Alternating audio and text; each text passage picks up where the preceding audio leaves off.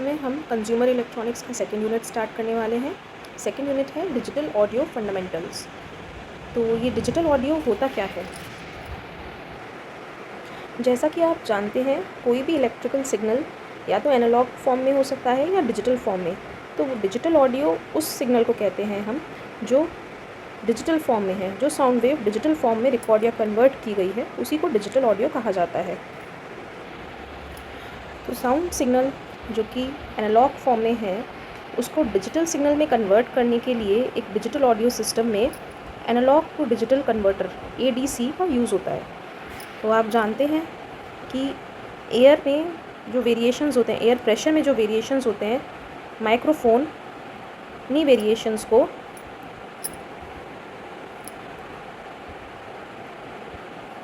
Air pressure के variations को electrical form में कन्वर्ट कर देता है। तो ये हमारे एयर प्रेशर के वेरिएशंस हैं, अगर यानी कि हमारा साउंड वेव। तो हमारा माइक्रोफोन क्योंकि एक ट्रांसड्यूसर की तरह बिहेव करता है, तो इस साउंड वेव को इलेक्ट्रिकल वेव में कन्वर्ट करता है, इलेक्ट्रिकल सिग्नल में। ये इलेक्ट्रिकल सिग्नल, जैसा कि आप देख पा रहे हैं, एनालॉग नेचर का है।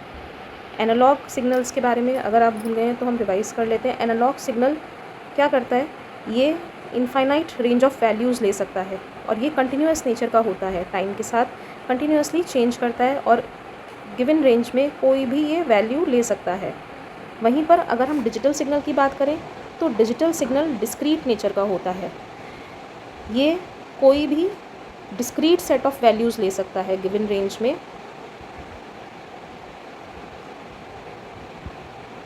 इस तरीके की नेचर का होता है।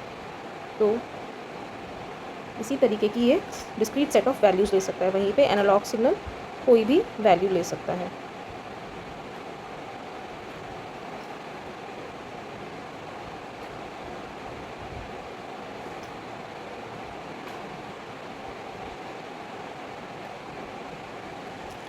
तो जो हमारा ये साउंड वेव है इलेक्ट्रिकल फॉर्म में, एनालॉग इलेक्ट्रिकल सिग्नल के फॉर्म में, इसको एक एनालॉग टू डिजिटल कन्वर्टर से पास करके डिजिटल फॉर्म में कन्वर्ट किया जाता है, डिजिटल सिग्नल की फॉर्म में।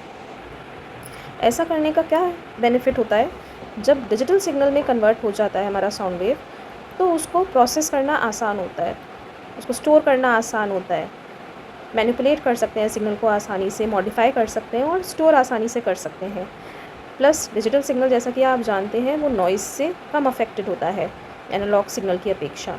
तो इन्हीं सब बेनिफिट्स के कारण हम अपने एनालॉग इलेक्ट्रिकल सिग्नल को डिजिटल सिग्नल में कन्वर्ट करते हैं। फिर हम इसको स्टोर कर सकते हैं मेमोरी में या प्रोसेस कर सकते हैं। नेक्स्ट, जब हमारी ये स्टोरेज कंप्लीट हो जाएगी, हमें इसे वापस सुनना है सिग्नल को, तो वापस डिजिटल सिग्नल को एनालॉग सिग्नल में कन्वर्ट करने की ज़रूरत होती है। तो इसके लिए फिर से डिजिटल सिग्नल को एनालॉग फॉर्म में कन्वर्ट करना होगा, तो डिजिटल टू एनालॉग कन्वर्टर का इस्तेमाल होता है।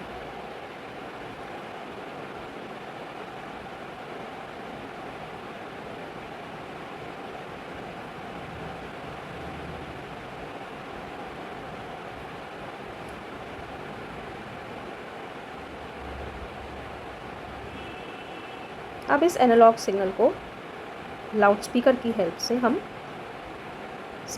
डेस्टिनेशन तक पहुंचा सकते हैं, ऑडियंस तक।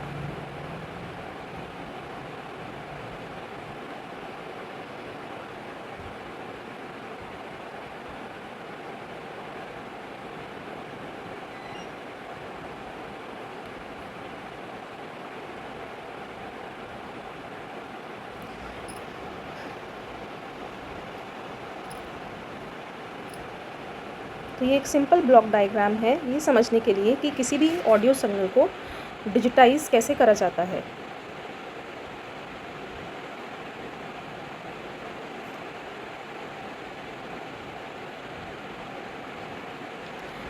ये जो प्रोसेस है एनालॉग सिग्नल को डिजिटल सिग्नल में कन्वर्ट करने का, इसके लिए एक मॉड्यूलेशन यूज़ होती है जिसका नाम होता है पल्स कोड मॉड्यूलेशन, PCM। ये हम आगे पढ़ेंगे डिटेल में। तो जैसा कि मैंने बताया, एक ऑडियो सिग्नल जो कि एनालॉग फॉर्म है उसको डिजिटल फॉर्म में कन्वर्ट करने के क्या बेनिफिट्स होते हैं कि उसका मैनिपुलेशन, मतलब उसको चेंज करना, उसको स्टोर करना, ट्रांसमिट करना एक जगह से दूसरी जगह और उसको वापस रिट्रीव करना आसान होता है एक ऑडियो सिग्नल के मुकाबले। वहीं पे ऑडियो की अगर हम कॉपीज़ बनाना चाहते हैं तो डिजिटल सिग्नल में पाया जाता है कि डेटा का लॉस और सिग्नल क्वालिटी ख़राब नहीं होती। ऑनलाइन डिस्ट्रीब्यूशन भी डिजिटल सिग्नल का आसान होता है।